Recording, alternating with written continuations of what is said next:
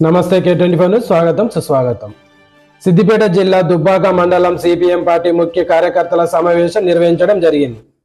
ఈ సమావేశానికి ముఖ్య అతిథులుగా సిపిఎం పార్టీ సిద్దిపేట జిల్లా కార్యదర్శి ఆముదాల మల్లారెడ్డి గారు హాజరై మాట్లాడుతూ తెలంగాణ రైతాంగ సాయుధ పోరాట అమరవీరుల సంస్మరణ సభలను జయప్రదం చేయాలని తెలంగాణ రైతాంగ సాయుధ పోరాట సంస్మరణ సభ దుబ్బాకలో 12వ తేదీన నిర్వహిస్తున్నామని, ఈ సంస్మరణ సభలో ఈ పాత్ర కార్మికులు, రైతులు, అన్ని వర్గాల ప్రజలు అధిక సంఖ్యలో పాల్గొని జయప్రదం చేయాలని పిలుపునిచ్చారు. ఈ కార్యక్రమంలో సిపిఎం పార్టీ జిల్లా కార్యదర్శి వర్గ సభ్యులు జి భాస్కర్, జిల్లా కమిటీ సభ్యులు సింగిరెడ్డి, నవీన తదితరులు పాల్గొన్నారు. చూస్తున్నానని మరి దుబ్బాక మండల కేంద్రంలో సెప్టెంబర్ 12వ తేదీన ఈ మండల కేంద్రంలో సమావేశము పెద్ద ఎత్తున నిర్వహించబోతా ఉన్నాం. తెలంగాణ సాయుధ రైతాంగ పోరాటంలో అమరులైనటువంటి వాళ్ళను ఆశయాలను పుణికిపుచ్చుకొని ఈ ప్రాంతంలో వెట్టి చాకిరి వ్యతిరేకంగా పోరాటి అమరులైనటువంటి వారి కోసం ఈరోజు సమావేశం 12వ తారీఖున నిర్వహించబోతా ఉన్నాం. ఈ 12వ తారీఖున నిర్వహించేటువంటి సంస్మరణ సభలో ఈ ప్రాంతంలో ఉన్నటువంటి అనేక మండలాల్లో కార్మిక వర్గము, ప్రజలు, రైతులు, విద్యార్థి, యువజన నాయకులందరూ కూడా పెద్ద సంఖ్యలో పాల్గొని 12వ తారీఖు జరిగేటువంటి సంస్మరణ సభను జయప్రదం చేయాలని చెప్పి సిపిఎం పార్టీగా జిల్లా కమిటీగా పిలుపునిస్తా ఉన్నాం. అందులో అన్ని వర్గాల కార్మికులు పెద్ద సంఖ్యలో పాల్గొని ఈ పోరాటానికి మద్దతు ఇవ్వాల్సిందిగా విజ్ఞప్తి చేస్తా ఉన్నాం.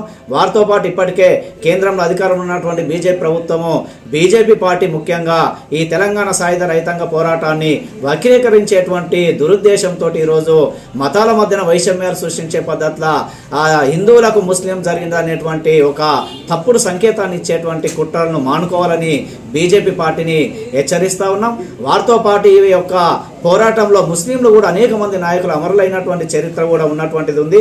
ముఖ్యంగా ముస్లింలకు, హిందువులకు కాదు ఆ పోరాటం, భూస్వామ్య విధానానికి, రైతాంగానికి, కార్మిక వర్గానికి, ప్రజలకు జరిగినటువంటి పోరాటం తప్ప మతం పేరుతోటి చేసేటువంటి విధానాలను మానుకోవాలని చెప్పి బీజేపీని హెచ్చరిస్తా ఉన్నాం. ఈ 12వ తారీఖు జరిగేటువంటి తెలంగాణ సాయుధ రైతాంగ పోరాట సంస్మరణ సభను ప్రజలు పాల్గొని జయప్రదం చేయాలని చెప్పి సిపిఎం పార్టీగా పిలుపునిస్తా ఉన్నాం.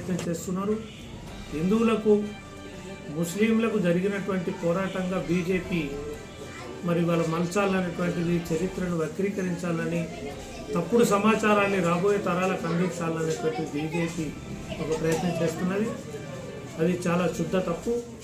ఈ తెలంగాణ పోరాటంలో, తెలంగాణ సాయుధ పోరాటంలో అనేక మంది ముస్లిం కమ్యూనిస్టులు ప్రాణాలు ఒడ్డినటువంటిది కూడా ఉంది.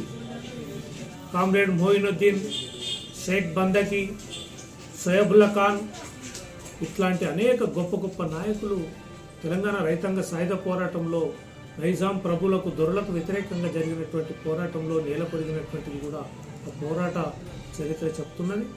అందుకోసమే ఆ పోరాట చరిత్రను పుణికిపుచ్చుకొని సిపిఎం పార్టీ రాష్ట్ర కమిటీ నాయకత్వంలో సెప్టెంబర్ 10వ తారీఖు నుంచి 17వ తారీఖు వరకు ఈ తెలంగాణలో అన్ని ప్రాంతాలలో సిపిఎం పార్టీ కమిటీలు కదిలి అమరవీరులను తలుచుకున్నటువంటి దాంట్లో ఈ కమిటీలన్నీ కూడా పనిచేస్తున్నటువంటిది ఉంది.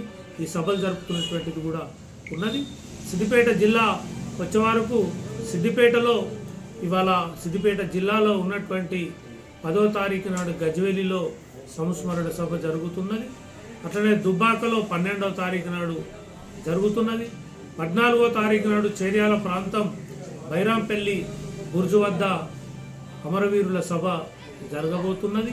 అట్లనే 16వ తారీఖు నాడు హుస్నాబాద్లో జరుగుతున్నది. 17వ తారీఖు నాడు సిద్దిపేట ప్రెస్ క్లబ్లో ఈ సంస్మరణ సభలు జరుగుతున్నాయి. సిద్దిపేట జిల్లాలో 5 ప్రాంతాలుగా విభజించి తెలంగాణ రైతాంగ సాయుధ పోరాట యోధుల్ని తలుచుకున్నటువంటి పనిలో సిపిఎం ఎర్రజెండా ఈ జిల్లాలో ముందుకు పోతుంది. వీటిని జయప్రదం చేసేటువంటి బాధ్యతను ఈ జిల్లాలో ఉన్నటువంటి ప్రజలు తీసుకోవాలని చెప్పేసి, ఈ సభలకు హాజరు కావాలని చెప్పేసి, సిపిఎం పార్టీ పోరాటాలకు మద్దతుగా నిలబడాలని, ఎర్రజెండాను ముందుకు తీసుకుపోవాలని కార్మిక వర్గాన్ని